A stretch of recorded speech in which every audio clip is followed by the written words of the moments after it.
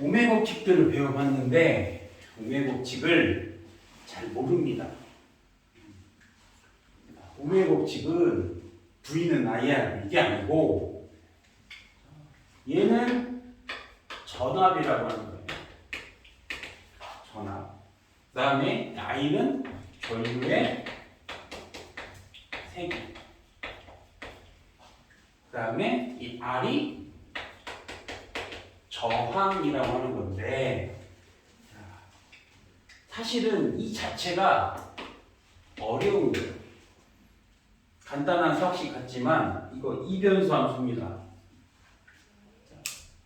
I가 변하면 얘도 변해서 얘 값이 결정돼요. 얘가 변하면 이 변화의 영향이 다른 변수에 영향을 주는 거 이런 것들은 여러분이 고등학교 졸업할 때까지 수학에서 안 배웁니다. 이런 걸 이 변수 함수라고 해요. 여러분 배우고 있는 수학은 1차, 2차, 3차 이런 거 배우죠. 그래봤자 1변수 함수입니다. 차수가 높아지는 거지 이거는 1변수 함수예요. 4차 그 다음에 안 배웁니다. 안 배워요. 현민 수상가 지금 하고 계셔요? 5차 함수 배워 안 배워? 왜 안 배워? 아직 안 배웠다고? 안 배우지 않아요. 그러니까 왜 안 배우냐고?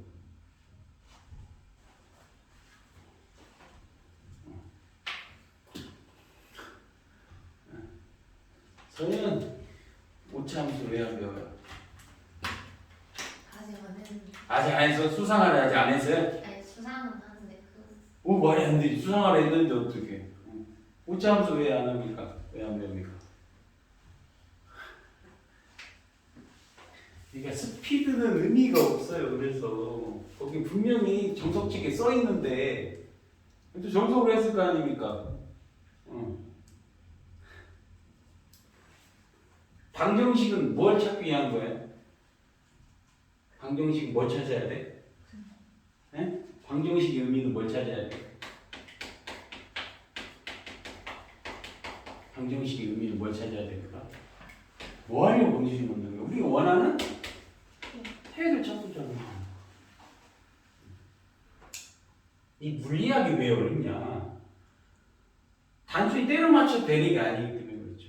이게 학습과 학문의 차이인 거예요. 그래서 대다수 고1, 고2에서 무너지게 되는 겁니다. 중학교 때는 이렇게 배운 거 이렇게 적용하면 답이 나오는데 중학교 때도 물론 심화를 하다 보면 안 된다는 거 알죠? A급 수학이라든지 무슨 최상위 수학 같은 걸 하다 보면 안 되죠.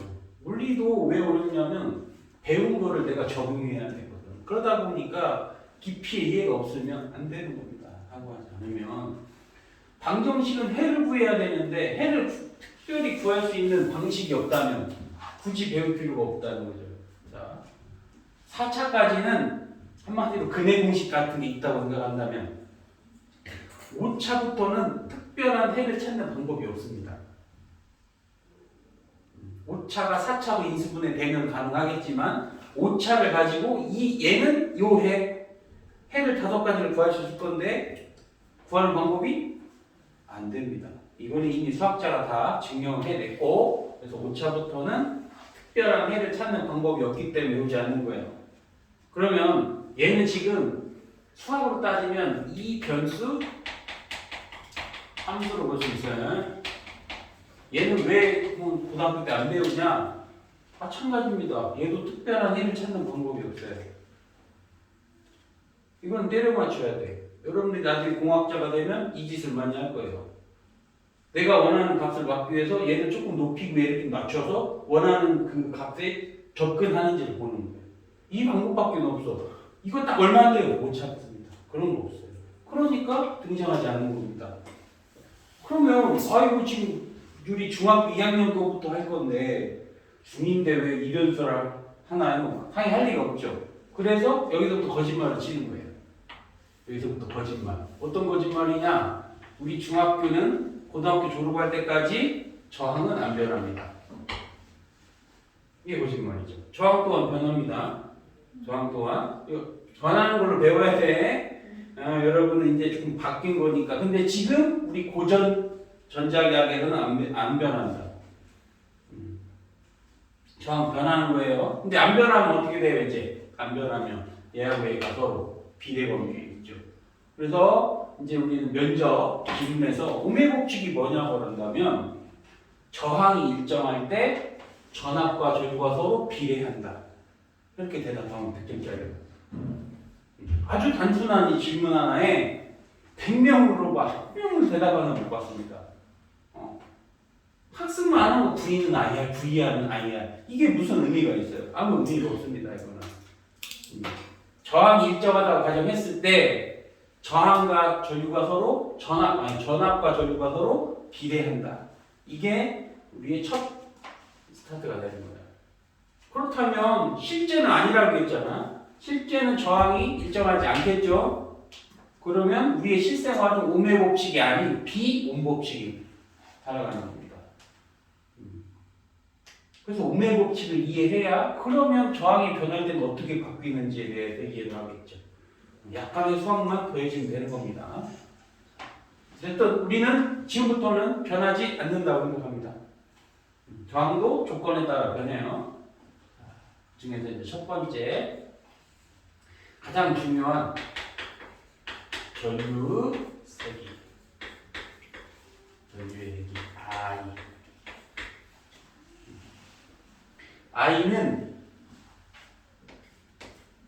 I는 인텐시티의 약자고 얘는 전류를 의미하는 단어가 아닙니다. 그냥 우리는 이 I를 쓰는 거지. 정확히 따지면 영어 단어의 인텐시티지 전류는 영어로 커렌트예요. 커렌트. 그냥 우리는 I를 쓰는 거예요. 그러니까 I가 뭐냐고 하면 전류예요. 틀린 거지. 전류의 색입니다. I는 명칭적 처가. 우리가 전류가 흐르는 게 중요한 게 아니라 얼마나 많이 흐르는데 이게 중요한 거죠. 그래서 명칭 자체가 전류의 색입니다. 그럼 어떻게 정의하냐? 이 정의부터 좀 어려워요. 전류의 정의부터. 자, 도선의 한 단면에 여기 도선이고 도선의 한 단면에 사실은 전자가 움직이는 겁니다. 흐른다는 것은 전하를 가지고 전자가 움직이는 게 전기현상이 일어나는 거예요. 다시 이 전자는 선생님이고 내가 전자고 내 손은 전하야. 그리고 전압이라는 그러니까 누가 내 등을 밀어주면 에너지를 갖고 가다가 이 저항을 만나면 때리고 가. 이런 생각을 하면 되는 거야. 근데 만약에 손이 없으면 하다가 아무런 역할을 할 수 없죠. 전기현상이 일어날 수 없죠. 손이 있어야 뭘 할 거 아니에요. 손이 있어야. 그런 거나 마찬가지인 거예요. 그래서 얘가 여기를 지나가면 전하가 지나간 건데 전자가 지나간 게 중요한 게 아니라 전하가 지나간 게 중요해요. 근데 사람 한 명당 손 몇 개입니까? 2개. 전자 하나당 전하량도 정해져 있다고 했죠. 그러니까 전자의 개수나 전하량은 같은 의미를 가질 수 있어요. 그래서 어떻게 정의하냐? 자, 첫 번째 정의. 전류의 세기는 단위 시간당 총 전하량. 자, 도선의 한 단면에 단위 시간당 얼마나 많은 전하량이 통과했느냐. 이 Q는 전하량입니다. 자, 얘를 바꿔 쓰면 이렇게 쓸 수 있어요. 시간당 기본 전하량이 N개. 한마디로 전자가 N개 지나가면 되죠. 전하가 N개 지나가면 돼요. 교육이 아직 제대로 안 나오긴 했지만 통합과학은 거의 바뀌는 게 많이 없어요. 지금 하는 거에서 크게 안 바뀔 거고 내년에 그다음에 이제 진로 선택 물리는 어떻게 바뀔지 모르겠지. 이 전기의 세계가 참 중요한데 차라리 역학보다는 전기를 써먹을 일이 더 많은데 어차피 뭐 공대를 가시든 의대를 가시든 이 전기에 대해 이해를 잘해야 될 텐데요. 아무튼 어렵습니다. 처음 배우는 거는. 전자 하나는 전하량 2를 갖고 있는데 또 까먹었으니까 또 써. 1.6 곱하기 10에 마이너스 19승 쿨롬. 이만큼 갖고 있습니다. 전자 하나당. 저거는 정해진 거고 저 양의 정수배만 가질 수 있어요. 사람이 손은 1.5개 가질 수 있습니까? 내 손이 1.5개야. 차라리 한 개는 되지. 팔이 하나 잘렸으면. 근데 1.5개? 그런 게 어디 있어요? 많이 안 되지. 그러면 이거 몇 개 있으면, 자, 이거 몇 개 있으면 1쿨롱이 될까? 적어냈습니다. 그래서 우리는 이 넘버링이 6.25, 625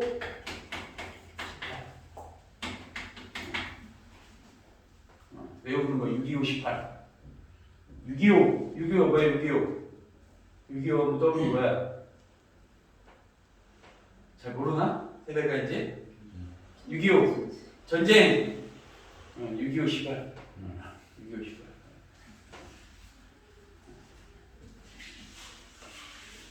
18 6.25는 안 해. 그래도 세대가 안 해. 과연 아는 걸까? 전쟁이 왜 일어났는지 이런 거 참 중요한데 전쟁이 일어나는 게 중요한 게 아니라 왜 일어났는가 그걸 지금 나는 좀 그런 교육을 강조해야 된다고 생각하는데 왜 여러분들이 지금 이 시간에 여기서 열심히 공부를 해야 되는가? 똑같습니다. 6.25랑 다를 바 하나도 없죠.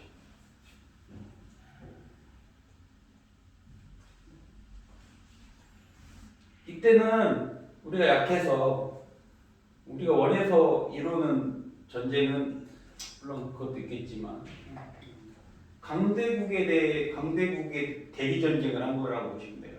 뭐 그런 거는 이해하나? 6.25가 일어난 것은 미국과 그때 당시 소련의 대리 전쟁이라고 보면 되죠. 그들이 사주하지 않았으면 굳이 그렇게까지 일어날 일도 없었을 때. 지금도 전쟁이 일어나고 있는 거예요. 지금도 강대국에 가끔씩 얘기하지만 지금은 이제 여러분의 세대는 이때 당시 강대국들을 넘어서야 됩니다. 이때부터의 강대국을 넘어서야 돼요. 군사력으로 넘어서는 게 아니라 경제력으로. 그래서 이제 발악을 하고 있는 거지. 나는 미국도 좀 많이 기어 올라오면 이제 제재를 가하는 거예요. 그걸 넘지 않는 한 더 이상 발전은 없다고 보시면 돼요. 우리는 충분히 발전했어. 여러분이 더 풍족하게 살고 싶으면 이제 이겨내는 세상이 돼야 되는데 매우 어렵죠. 쉽지 않죠. 그래서 여러분의 미래가 쉽지 않다고 말하는 거예요. 강대국을 제껴야 되는 그 첫 싸움이 과학기술입니다. 과학기술. 연습을 하나 해봅시다. 연습을 하나 해보면 이걸 가지고 도선의 한 단면에 10초 동안 6.25 곱하기 10의 20개가 지나갔어. 그러면 자 얘는 몇 풀롱으로 볼 수 있어요? 얘는 이게 1풀롱이니까 얘는 100풀롱으로 볼 수 있죠. 100배. 예? 그러면 얘는 10초 동안 몇 풀롱이 이상한 거예요? 100풀롱. 그래서 단위는 10암페어라는 단위 씁니다. 암페어.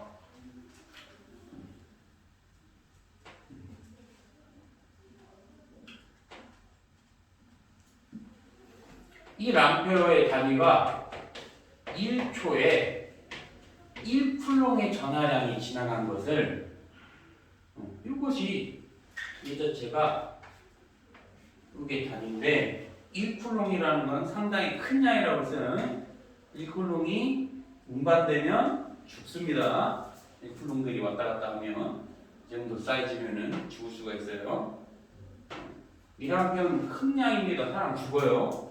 사람은 0.1암페어도 충분히 죽습니다.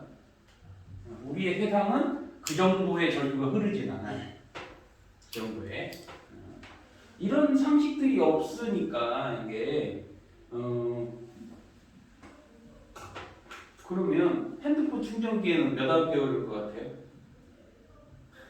그거 모른다니까. 핸드폰도 쓰시잖아. 자기 핸드폰의 충전 단자가 뭔지도 모르고 아무런 이해가 없어. 이게 난 너무나 큰 것 같아요. 이걸로 먹고 살아야 된다니까. 우리가 여러분 다시 농업할 거야. 여기서 다 밀리면 먹고 살 게 농업밖에 없는 거예요.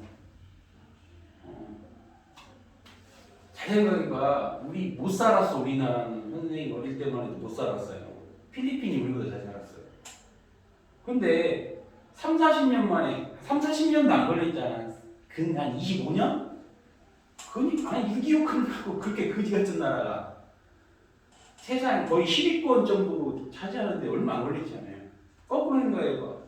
지금 이거를 우리나라가 못 해내면 30년 후에는 우리는 또 필리핀보다 못 사는 나라가 됐어요. 그럼 한국이 할 수 있는 게 뭘까요? 그럼 3, 40년 전에 우리나라 뭐 했어?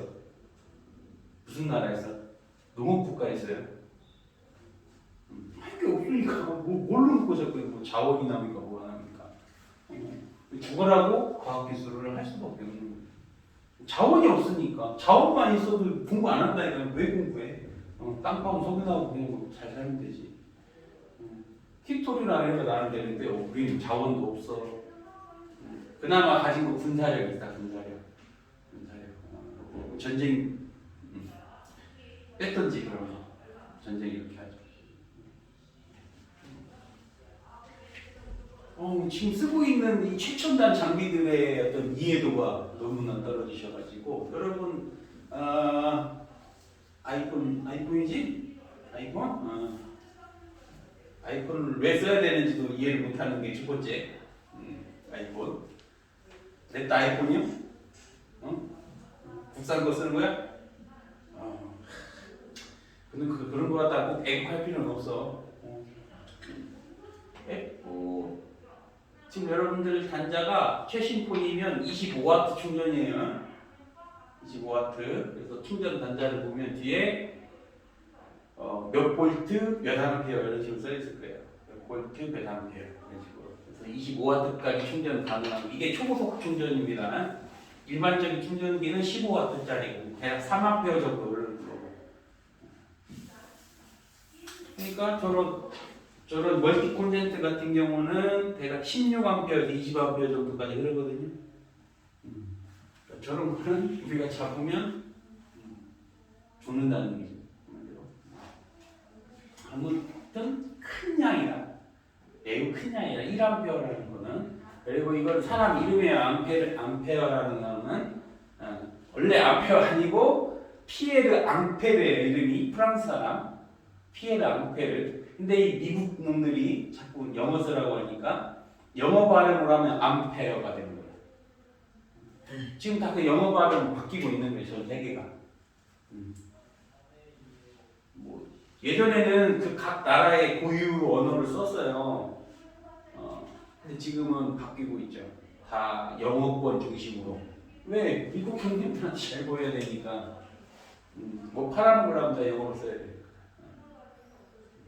그게 안타까운 겁니다. 사람 이름, 그 사람 업적을 기르기 위해서 넣는 겁니다. 그래도 피에르 앙페르, 그다음에 앙페르 법칙이라고 하는 게 있어요. 자, 그럼 얘를 이렇게 해봐. 다 그렇게 생각해 보면, 자, 전자가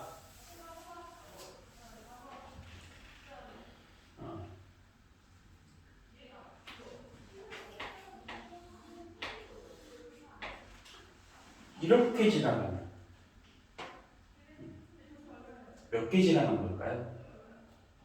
이 전기가 우리나라 이 기본적인 얘가 너무나 엉터리라서 학생들이 제대로 배워도 이해되는 게 하나도 없습니다. 이걸 왜 하냐? 선생님이 똑같이 느낀 거예요. 내가 이걸 전자기학 똑같이 배웠죠?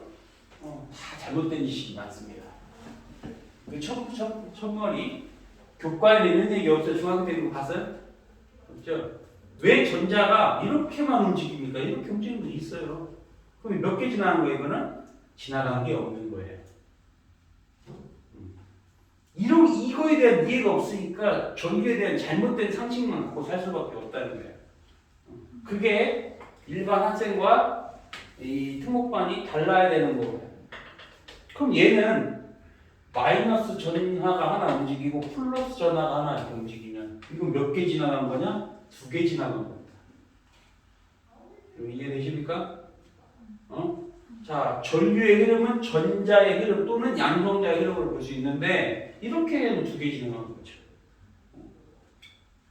이렇게 지나가면 3개 지나간 거고. 그러면 이 생각을 이론상으로 한번 바꿔봅시다. 자, I는 단위 시간당 지나가는 R자 전하량 이렇게 표현하는 게 더 정확한 얘기겠죠. 도서는 한 단면에 시간당, 단위 시간당, 1초당 통과하는 R자 전하량 이렇게 표현하는 게 가장 올바른 표현 방식인 거예요. 여기는 지금 과학고 한쪽 반절, 그다음에 포스코 쪽 반절. 그러면 포스코를 지원하는 학생들은 이걸 언제 써먹습니까? 이거를 이런 얘기를 언제 써먹어요? 여러분도 면접이 있을 수 있어요. 다시 부활할 확률이 높습니다. 다시 부활할 확률이. 우리가 이런 공부를 왜 하는 목적성을 정확히 이해해야 되거든요. 면접이라는 건 지금도 있지만 지금은 많이 사라졌어요. 그런데 다시 면접은 등장할 수밖에 없습니다. 특히 발표 났죠? 2,000명 뽑는다고? 그러면 대략 여러분한테는 이제 의미가 없는데 봐봐. 지금 형태로 따지면 지금 의대는 1.3등급 정도가 평균적으로 갑니다. 그런데 2,000명을 더 뽑으면은 대략적으로 1.8까지 볼 수 있어요. 그런데 지방에 80%가 배분됐어. 지방의대. 그러면 입대도 가능하다는 거죠. 2%대까지니까 대략 7%, 8%까지도 의대를 쓸 수 있다는 얘기예요. 불가능하진 않다. 그러면 이게 전국 학교의 1등급의 수준차도 나긴 나지만 2등급들의 수준차는 더욱더 납니다. 그러면 속이 지방에 있는 애는 2등급이고 속이 시골에 있는 애는 1.8등급이야. 예를 들면 여기 송도의 2등급과 저기 강원도 골짜기 1.8등급 똑같이 취급할 것 같아요? 아니잖아요. 그래서 뭐를 해야 돼요? 1차 고리가 뭐냐면 수능 최저. 그래? 너 수능 최저 맞춰봐. 그런데 그 수능마저도 여러분 때는 쉬워질 확률이 높습니다. 내용이 쉽기 때문에. 그럼 수능도 못 믿네? 수능 뭘로 바뀐 건 이해하세요? 통합과학만 내, 수능이. 네. 통합 사회만 내고 수학은 미적 기초하고 확통만 있어요. 미적 기초만 있어요. 기백 없어지고. 그러면은 물론 그렇게 해서 난이도를 뭐 맞출 수는 있지만 수능도 못 믿는 날에는 다시 대학별고사 면접. 지금도 의대는 면접이 많이 살아남았습니다. 면접은 2가정대가 있어요. 이렇게 질의응답을 하는 게 있고, 귀찮아. 야, 물어보도 귀찮은 게 네가 써. 이게 제시문 면접이에요. 과학적 지문을 주고 자신의 견해를 쓰는 겁니다. 들고 가면 교수들이 있어요. 나도 질문에. 이게 NMI 뭐 하는데 그런 있어요.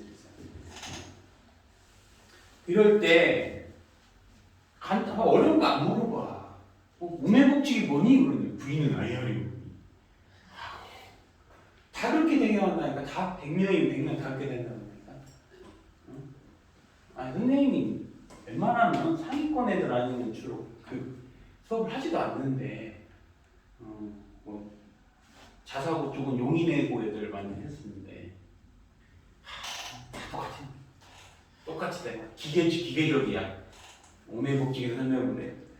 우매복직은 V는 IR로서 외워 좋아하지 않는 겁니다. 자, 같은 거라도 전류의 정의 단위 시간당 통과하는 전하량 이것보다는 단위 시간당 통과하는 알짜 전하량 이게 면접의 묘미인 거예요. 얘는 뭔가 좀 다르게 얘기하네? 근데 더 옳은 얘기를 했잖아. 내가 정확히 이해하고 있어. 너네 다 집중해. 그 교수들을 집중하게 만들어야 됩니다. 이제 곧 경험을 할 때겠지만 현미가 과학고 쓴다. 면접 있어 과학고 면접 가면 쳐다보지도 않아. 가서 자는 사람도 있어. 하품하고 호흡하고 잔대. 학생은 긴장돼 죽겠는데. 그럼 그들은 어떻게 따질 수 없어. 내가 잘 보여야지. 야, 너들 쳐다지 말고 보라고. 그러기 위해서는 자, 이런 간단한 이야기 하나로 조금 더 남들과 좀 다른 방향으로 정확히 표현하자면 이렇게 표현하는 게 좀 더 올바른 표현이다. 생각하시면 돼요. 그럼 이제 이게 나왔으니까 조금 한 단계 더 높여봅시다. 이걸 이용해가지고 한 단계 더 높여봅시다. 자, 이렇게만 정의하진 않습니다. 이 전류의 방식에는 다이렉트 커렌트라는 게 있고 그다음에 얼터네이티브 커렌트라는 게 있어요. 우리 방식에는 다이렉트 커렌트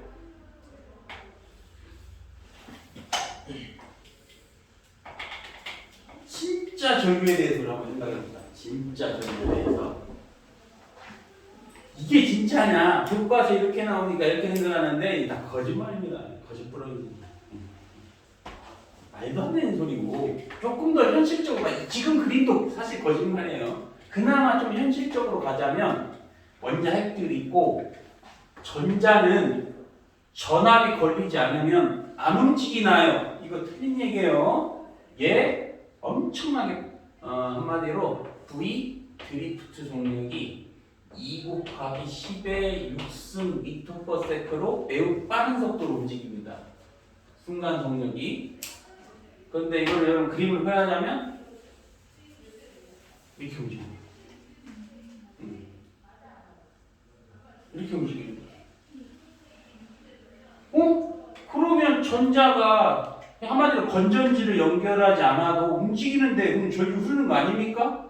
라고 대답하면 아까처럼 정의했다면 아까 정의 I는 시간당 전하량이다? 어떻게 대답할 겁니까? 이게 전류의 정의라면 이게 더 실제 가까워. 도선의 한 단면에 전자가 건전지 연결 안 해도 흐르는데 전자는 한순간도 가만히 있지 않아요. 전자는 한순간도 가만히 있질 않아. 에너지를 갖고 있으니까 그러면 건전지를 연결 안 해도 전류가 흐르는 거 아닌가요? 그렇게밖에 설명할 수 없죠. 그래서 어떻게 하라고? 이게 뭐라고 하는데요? 알짜 전하량. 실질적으로는 이 도선이 전자가 이쪽으로 움직이는 애들하고 이쪽으로 움직이는 애들을 합하면 거의 0에 가깝습니다. 그래서 흐르지 않는다고 하는 거예요. 됐죠? 첫 번째. 그러면 여기에다가 이제 플러스 전원, 마이너스 전원을 연결하면 얘가 어떻게 움직이냐? 움직이면서 조금씩 오른쪽으로 가는 거예요. 이제 뭐가 생긴 거예요? 물리적으로 말하면 알짜 전하의 흐름이 생겼다 이렇게 얘기할 수 있죠. 그럼 질문. 자, 서울에서 부산까지 대략 500km라고 잡고 스위치를 닫으면 서울에 있는 전자가 부산까지 가는데 몇 초 걸릴까요? 몇 초 걸릴까요?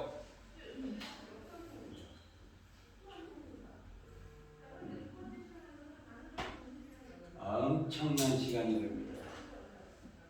자, 전자는 순간 속력이 이렇게 빠르지만 이거 따져봐 1초에 대략 2000km 가는 거 아니에요? 그죠? 1초면 가겠네? 못 갑니다. 못 가요. 그렇게 흐르는 게 아니다. 전류의 흐름은 진짜 전자가 막 가는 게 아니에요. 이렇게 생각하니까 다 잘못된 얘기만 하는 거야.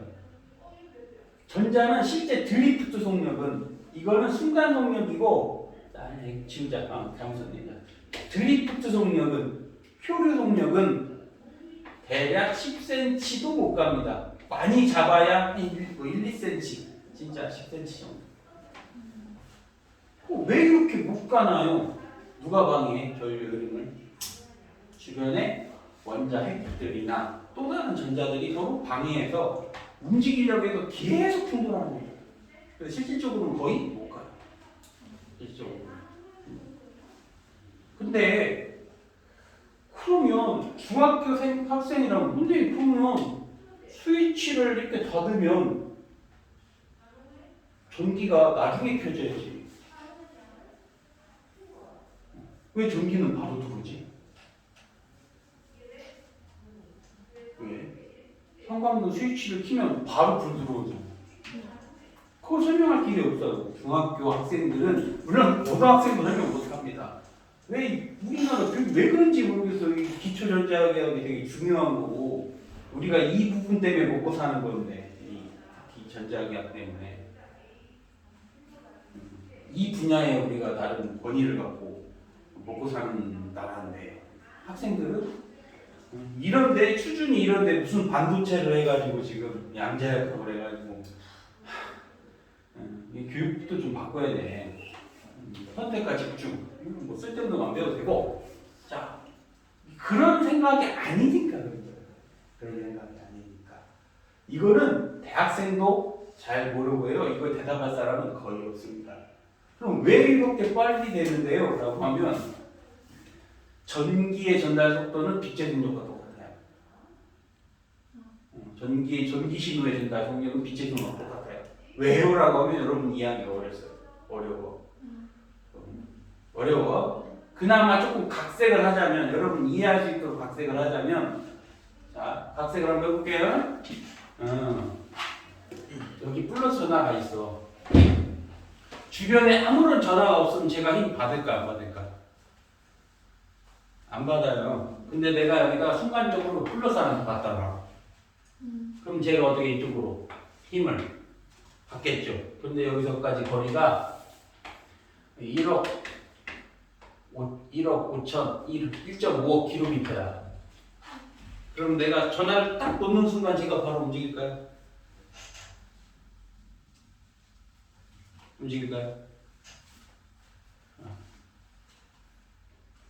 자, 여기 태양이 있어요. 태양이 지구가 돌고 있지 이렇게. 타노스가 태양을 없애버렸어. 그럼 지구는 태양이 없어진 순간 바로 직진할까? 태양이 없어지면 바로 중력이 없어지냐 이 말이에요. 뉴턴은 그렇다고 했어요. 뉴턴은 태양이 사라지는 순간 중력이 없어지기 때문에 지구는 바로 직진한다. 근데 아인슈타인은 그럴 리가. 이 세상에는 빛보다 빠른 게 존재하면 안 된다. 그럼 아인슈타인 논리에 의하면 그 어떤 것도 빛보다 빠를 수 없으니까 힘의 전달 속력도 빛의 속도가 똑같아야 된다. 따라서 빛이 여기까지 오는데 8분 40초 걸리니까 대략 중력의 전달도 8분 40초 걸려요. 그럼 전기력도 8분 40초 걸려요. 힘의 전달 속력들은 빛의 속력도 같습니다. 이론상. 자, 이게 첫 번째. 전기력의 전달 속력은 얼마라고요? 빛의 속력이다. 그러면 얘가 직접 부산까지 가는 게 아니라 얘가 살짝 움직이면 얘가 즉시 움직이는 꼴이 되는 건데 이거 왜 그러냐면 얘의 전기력이 얘에 전달되는 꼴이라고 보면 돼요. 더 정확히 이해하자면 얘가 움직이면 옆에 있는 애가 움직일 거 아니에요. 전기력 때문에 따다다다다다다 이게 움직이는 거예요.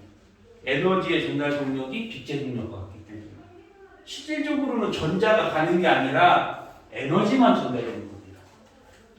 이게 진실인 거예요. 전선에 내가 스위치를 연결했다고 해서 전자가 가서 막 얘가 가는 게 아니라 에너지만 전달하는 거예요. 에너지. 근데 이거 문제가 있어요. 문제가 있어. 자, 문제가 있어. 에너지를 전달하면 이게 큰 문제죠. 우리나라도 우리나라 잘 살아요. 지금 중학생 노트북 안 주지? 줘? 줬어? 와, 다 주네. 이렇게 좋아졌는데. 전 학생에게 최신형 노트북을 다 주는데 뭐 줬는지도 모르죠? 노트북? 뭐 줬어? 자기 노트북 성능이 뭡니까? 갤럭시 북 3. 3야? 확실히? 인텔 몇 세대야? i5 좋겠지. i5 언제 받았어요? 작년에 받았으면 12세대. 엄청난 최신. 지금 14세대가 최신이니까 이렇게 부자야. 갤럭시 북 하나에 원가가 200만 원 넘습니다. 시중에 그러면 지금 살라고 해도 150만 원 이상 줘야 되고 그거를 하나 다 줘. 이렇게 부자야. 그래서 과학기술에도 많은 돈이 투입되는데 그때는 돈을 얘한테 주면 실질적으로 이 연구자에게 돈이 안 가죠. 출산 정책 한다고 쓴 돈만 몇 조더라? 뭐 100조인가 600조인가 지금까지 쓴 돈 출산 정책에 600조를 나눠서 그러면 산모 한 명당 2, 3억씩 줄 수 있는 돈인데 그냥 주지? 애 낳았어? 3억. 애 낳았어? 너도 3억. 이러면 되잖아. 그러면 돈은 많이 푸는 돈이 없어. 똑같아요. 이렇게 전달된다는 거 중간에 빼먹는 놈들이 있죠. 얘도 마찬가지입니다. 이렇게 다이렉트 커렌트, 직류 방식으로 에너지를 전달하면 문제가 뭐냐? 중간에 에너지 소모가 많아요. 에너지가 열 에너지로 소모되기 때문에 멀리 송전하기 어렵습니다. 자, 이 전기를 최초로 실생활에 사용한 사람이 누굽니까? 전기는 언제부터 출현했을 것 같아요?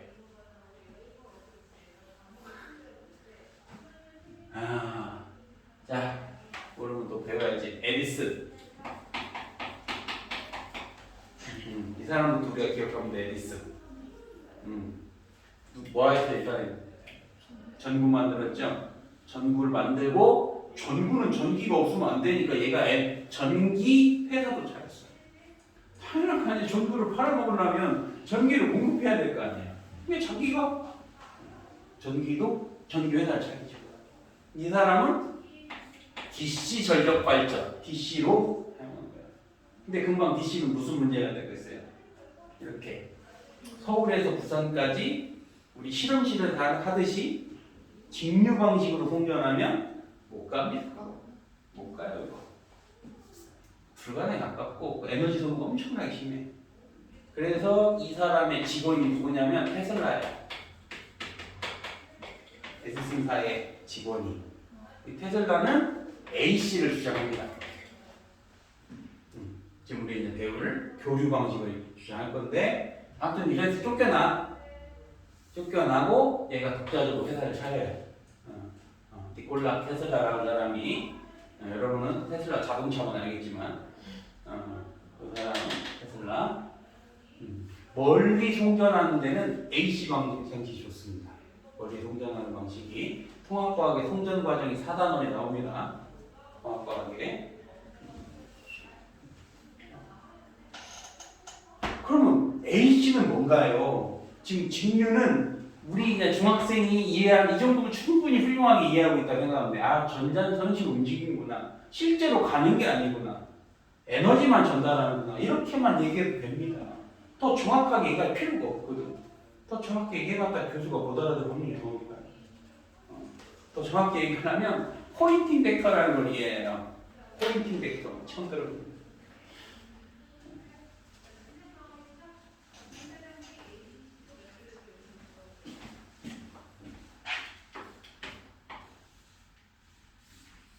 이게 전구야. 근데 전선의 길이가 여기서 여기까지가 1km고 여기서 여기까지는 100m. 10m로 합시다. 스위치를 연결하면 여기 전구에 불이 언제 들어올까요?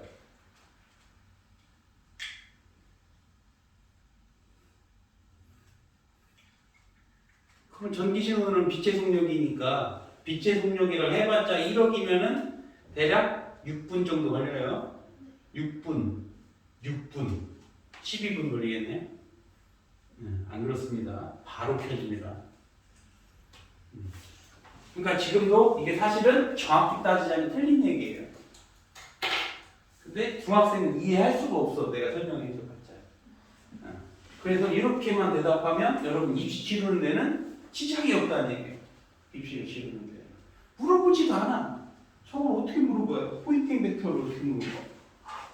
말이 안 돼. 물론 면접장에서 포인팅 벡터라는 걸 사용해서 설명한다? 뭐지? 관심 집중이겠죠. 사실 갈 필요도 없어. 전자가 움직이면 주변에 전자기파가 발생하고 이 전자기파가 사방으로 전달됩니다.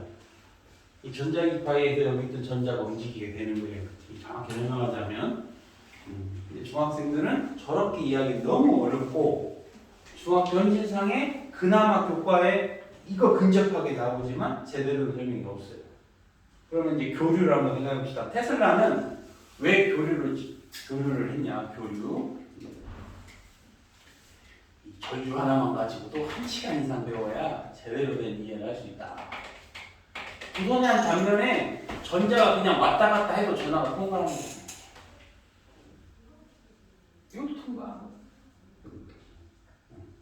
굳이 왜가 힘들게? 사실은 전화가 지나가는 게 중요한 게 아니고 뭐만 전달하면 되는 거예요. 에너지만 전달하면 되잖아. 굳이 뭐 하려고?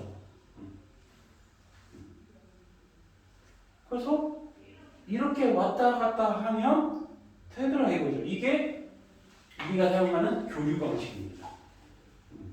다만 교류 방식에는 단점이 하나 있어요. 에너지 소모가 적긴 한데 그러기 위해서는 전압을 높여야만 됐었어. 그래서 에디슨은 반대를 한 겁니다. 전압을 높여 송전하면 위험하거든. 예를 들면 자동차 배터리는 12V예요. 우리 콘센트는 몇 볼트입니까? 콘센트 몇 볼트예요? 그걸 몰라? 콘센트가 몇 볼트인지? 220볼트. 이제 큰일 났어. 이거 갈수록 어떻게 그런 기본적인 거를 모르지? 큰일이야. 전기, 이게 현실이니까 전기에 대해서 잘 몰라. 고등학생들. 배운 적이 없으니까. 과학고생들은 뭐 당연히 그러겠지만, 일반고생도 고등학교 때 별로 안 나오니까 제대로 이해할 필요가 없습니다. 그냥 통합과학 때 찌끄만 끝. 안 나와. 이 교류 방식의 단점은 전압이 높다는 하나의 단점이 있어요. 그래서 감전사고가 났을 때 죽을 확률이 더 높습니다. 그래서 에디슨사는 이 테슬라의 이 방식을 받아들이지 않았던 거죠. 그리고 그때 당시는 발전소 근처에 마을이 있어요. 그래서 충분히 전선을 연결해서 마을에 에너지를 공급할 수 있어요. 근데 지금은 발전소가 우리 옆집에 있으니까 너무 멀지. 그래서 지금은 에디슨의 생각으로는 성전할 수가 없어요. 다 교류를 사용하는 이유는 이래야 에너지 소모가 적습니다. 전압을 높이면 높일수록. 자, 생각해 봅시다. 자, 우리나라 몇 볼트 쓴다고? 미쿠분. 안에 1분 110. 하려고 하는 애들이 110볼트를 써요. 돈이 없어서가 아니라 이미 시기가 늦었습니다. 이미. 우리나라는 선생님 어릴 때는 110을 썼어요. 지금 220이죠. 그럼 어떤 게 좋아? 아까 전압을 높이면 뭐가 줄어든다고?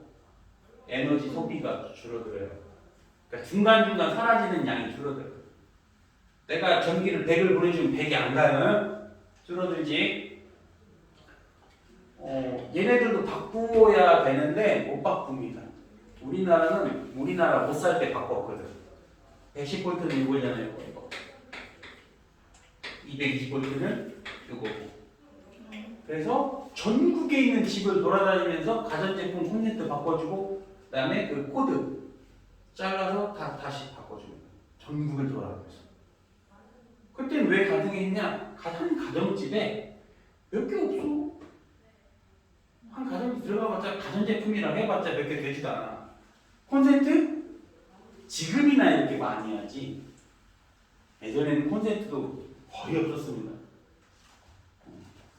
그런데 이 선진국가들을 바꿔준다고 전국 돌아다니면서 한 가정집에 이거 바꿔주는데도 하루 종일 해도 돼가 말이야. 거의 불가능에 가깝죠. 그치? 그래서 못하는 겁니다. 좋기는 이게 좋아. 물론 반쪽으로 말하면 감전사고는 우리나라가 죽을 확률이 더 높죠. 그럼 얘네들은 물론 미국은 에너지가 일단 그렇게 풍족한 나라에 이제 미국은 얘들은 지금으로서는 거의 깡패입니다. 에너지도 자립할 수 있고 기술 자립. 미국이 못하는 것도 하나 있어요. 뭐예요, 그게? 미국이 못하는 거. 군사 2등급부터 10등까지 다 합쳐봤자 미국의 절반도 안 됩니다. 미국 국방비가 1000조. 우리 많이 쓰는 거예요. 우리가 60조 정도 씁니다. 30에서 60조 정도. 이거 엄청나게 많이 쓰는 거예요. 미국이 다 하나 못하는 거. 잘 사는 나라가 이걸 못해. 만드는 걸 못해. 왜 안 만들어? 나라가 잘 살면 아이고 누가 만들어야지. 만들어봤자 인건비가 비싸가지고 값이 비쌉니다. 그래서 우리같이 못 사는 나라는 이 제조업으로 아마 나라가 떡상을 하는 거죠. 근데 이게 이미 끝났다는 거는 여러분 세대는 끝났어. 이제 제조업은 누구한테 넘어가야겠어? 제조업은 중국, 베트남 이런 나라들이 이런 제조업을 맡을 거라고. 근데 뭐는 뺏기지 말아야겠어요? 최첨단 제조업. 이거는 우리가 잘하는 거야. 근데 미국이 보니까 이거는 좀 뺏기면 안 될 것 같은데 하니까 이제 다시 깡패지 돼가지고 기술을 내놓으라고 협박하고 있어요. 그게 지금의 현실입니다. 삼성전자 TSMC 불러가지고 얘네 잘 살았으니까 좀 내놔 이제 여기다. 진짜야? 근데 지원하는 게 아니고 어이가 없지? 근데 미국 말 안 들으면 못 팔아먹습니다. 지금 이런 상태에 있어요. 그러니까 여러분의 미래가 쉽지 않은 거예요. 우리가 제조를 잘하는 제조업 국가인데 우리나라는 이제 우리보다 더 싸게 만드는 중국한테 거의 추월당해요. 그러면 남은 게 최첨단들 몇 개 남았어요. 그 최첨단도 지금 중국한테 따라잡혔어요. 그런데 이렇게 안일하게 지금 대처를 하고 있냐, 교육에서. 고등학교를 좀 세분화해야 된다는 거예요. 뭘 다 가르쳐 보지. 이런 반도체 기술자라는 반도체 고등학교 만들어가지고. 코딩이면 코딩에 관한 고등학교 때 무슨 코딩만 줄줄줄 하는 거지. 수학 정도 잘 푼다고 코딩 잘합니까? 그래서 좀 어릴 때부터 좀 잘 키워가지고 국제적인 이런 인재들을 만들어야 되는데 얘네들은 미국은 그렇고 일본은 부족하죠. 에너지가 부족한 나라예요. 얘들은 어쩔 수가 없어요. 이제 끝났어. 우리나라는 제때 잘해서 이렇게 된 겁니다. 얘는 받고 싶을 거야. 이제 교류와 직류가 있는데 그럼 교류는 이론상 우리는 배우지 않아요. 교류는 왜냐면 좀 어렵습니다. 물리 2에 나와요. 물리 2에. 물리 2에 면접 제시분 면접이나 이런 것들을 하시면은 물리 2도 하셔야 될 거예요. 거기서 특히 연대 같은 경우는 연대 정도 수준만 돼도 거의 물리 2에서 물어봅니다. 이제 전류의 정의에 대해서 했으니까 전류의 정의는 단위 시간당 통과하는 전하량이고 이 방식에는 다이렉트 커런트와 얼터네이티브 커런트 이 두 가지 방식이 존재하더라. 자, 그러면 이걸 이용해서 이거를 한번 이해합니다. 중요한 두 번째 전하량 보존의 법칙. 매우 중요한 포인트. 원래 전하량 보존의 법칙. 우주 3대 보존 법칙입니다. 그게.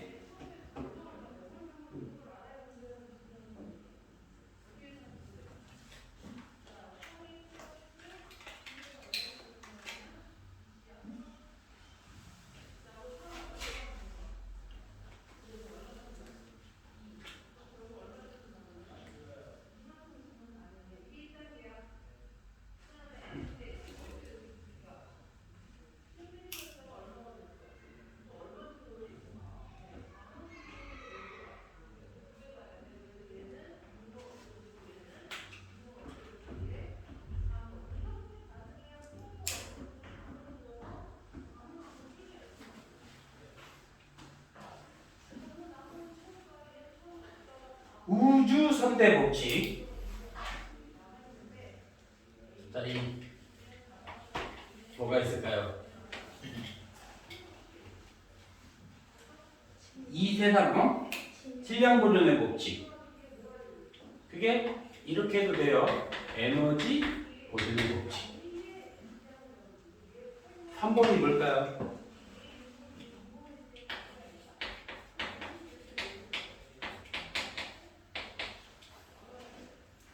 이 세 개가 이 거대한 우주를 움직이는 물리학적 원동력이라는 거예요.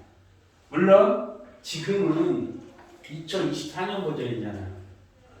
지금의 우주는 사실 빅뱅이 틀린 얘기예요. 빅뱅이 안 맞아. 사실은 지금의 우주관은 빅뱅이라고 치부하기에는 너무나 많은 것들이 발견돼서 보니까 안 맞는 거예요. 4번은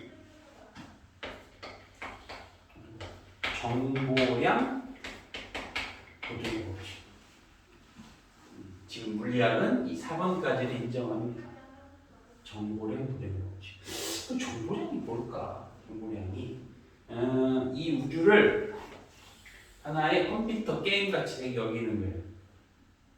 우리가 사는 이 현실이 컴퓨터 게임 같은 거예요. 컴퓨터 게임을 실행시키려면 이 프로그램에 대한 정보량이 필요하죠. 우리도 DNA도 정보입니다. 따지면. 예를 들면 상처를 입으면 왜 재생이 돼요? 내 몸에 있는 DNA 정보, 그걸 복제하고 만들어내고 RNA, DNA 이런 거 배우잖아요. 그런 것처럼 이 우주에 있는 총 정보량이 변하지 않는 이 컴퓨터 프로그램처럼 여겨진다 이렇게 생각하면 된다. 우리 입장에서는 이것을 시뮬레이션 우주론이라고 해요. 마치 외계인이 만들어 놓은 컴퓨터 속 같은 거예요. 이 우주가. 이게 이제 물리학계에서는 4번까지를 생각합니다. 정보량 보존 법칙. 정보량이 예를 들면 사람 몸속에 DNA가 손실되면 어떻게 돼요? 변형이 되거나 그러면 바뀌잖아요. 마찬가지입니다. 우리를 이루는 이 우주를 돌아가게 만드는 어떤 정보량도 일정해야만 된다라고 믿는 거죠. 그 중에 전하는 모든 중요한 거 아닙니까? 그거에 대해서 하는 겁니다. 자, 전하는 새로 생기거나 없어지지 않는다. 아까 대충 설명드렸어요. 내가 전자고 내 손이 전하면 내가 움직여서 이런 저항 같은 거를 내가 이렇게 때렸다고 내 손이 없어집니까? 두 개 생겨요.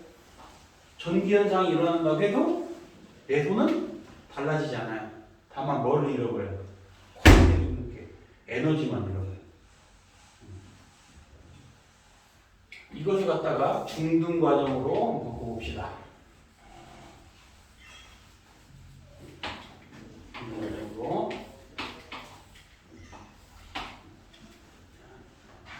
여기는 2옴짜리, 여기는 1옴짜리.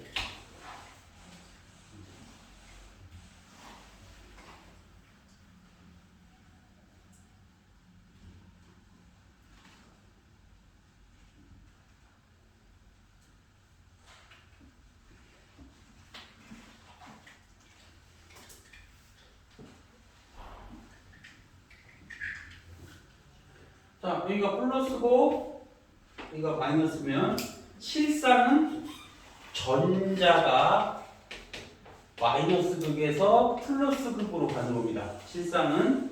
그런데 전자가 언제 발견됐냐면 1890 이때 1897년 J.J. 톰슨에 의해서 발견됩니다. 조지프 존 톰슨. 이 아들도 톰슨이겠죠. 톰슨이 2명 나와요. 과학사에. 여러분 교과에 톰슨 2명 나와. 하나는 아버지 톰슨이고 또 하나 나오는 아들 톰슨입니다. 왜 설명해주냐면 둘 다 노벨상 받은 부자시간에 노벨상 받은 케이스는 하나밖에 없습니다. 얘는 이걸로 노벨상 받고 아들은 전자 회절 실험으로 노벨상 받고. 근데 전자계약은 지금 선생님이 설명하는 이 전자계약은 이것보다 100년 전에 거의 완성이 됐거든요.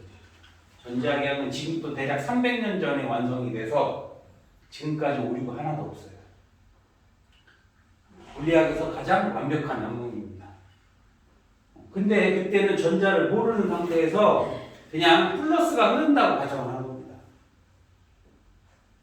전류는 그냥 플러스에서 마이너스 흐른다라고 놓고 이론을 했기 때문에 상관이 없어요. 근데 이렇게 바꾸려면 모든 교과나 이런 이론상 존재하는 걸 싹 바꿔야 되니까 그냥 잘 써. 그냥 왜 전자가 움직이나 플러스가 움직이나 마이너스가 움직이는 거는 상관이 없어요. 자,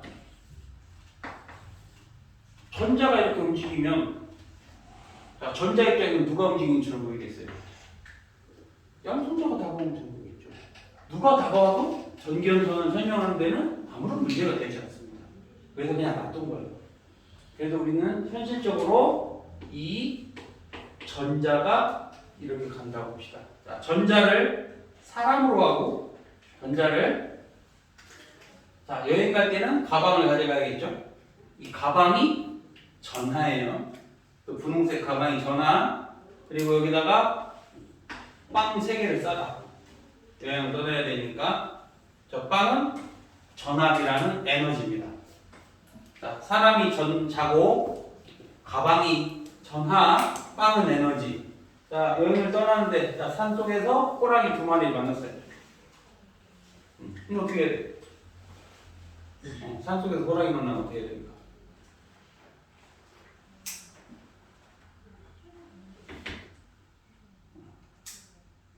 요즘 호랑이는 옛날 호랑이는 떡 먹었는데 요즘은 베이커리 먹을 거 아니에요. 호랑이는 그냥 떡 하나 주고 앉아 먹으니까 줘야 될 거 아니에요. 근데 2마리나 있어. 봤더니 이 새끼가 더 무섭게 생겼네. 그럼 현명하게 줘야 될 거 아니에요. 요즘 최신번호를 따지면 일진, 이진이 있어. 그럼 상납해야지. 그럼 마찬가지잖아. 그럼 얘한테는 하나 주고 얘한테는 몇 개 줘야 돼요? 2개 줘서 무사히 돌아오는데 자 돌아왔을 때 무엇만 사라졌어요? 에너지만. 가방 없어졌습니까? 그래서 전기 현상을 일으켜도 원은 사라지지 않아요. 전하는 사라지는 게 아닙니다. 에너지만 소비되고 오는 거지. 그것을 보이지 않는 것을 그냥 이렇게 좀 의인화해서 표현한 거예요. 이렇게. 그럼 여기서 출발해. 여기서 100명이 출발해. 100명이 그러면 여기 1번 호랑이, 1번 호랑이 얘네들 몇 명이 지나가는 거야? 100명. 여기도 100명. 네. 그래서 여기에 흐르는 총 전하량, 여기에 흐르는 총 전류 I1, I2라고 하면 같을 수밖에 없겠죠. 그래서 직렬 연결일 때는 이렇게 표현하는 겁니다.